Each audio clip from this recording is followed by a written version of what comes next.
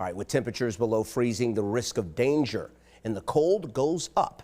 Caitlin McCarthy spoke with Cleveland EMS on ways to stay safe.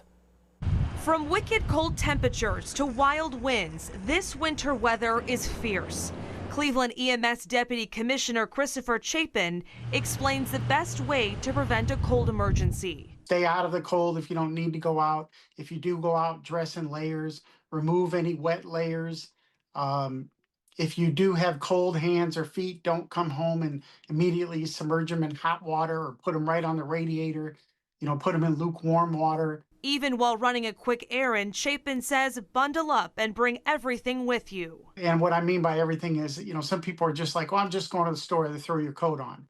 And then you slide off the road into a ditch, and now you're stuck out in the cold. You don't have a hat, you don't have gloves, you don't have the appropriate shoes. If your home is without heat, Chapin advises against using your stove to keep warm. A lot of people will turn on the burners, turn on the stove. I mean, that can quickly fill up the house with carbon monoxide.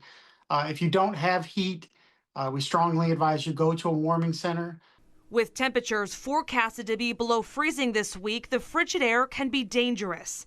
There have been 2 confirmed hypothermia deaths this month, according to the Cuyahoga County Medical Examiner. Hypothermia can set in quicker than you think, especially when it's windy. The wind will sap it right out of the heat right out of your body. What we tell people is don't leave anything uncovered. The warning signs for hypothermia include confusion, shivering, difficulty speaking, sleepiness, and stiff muscles. Cleveland Clinic says this is a medical emergency and needs treatment immediately.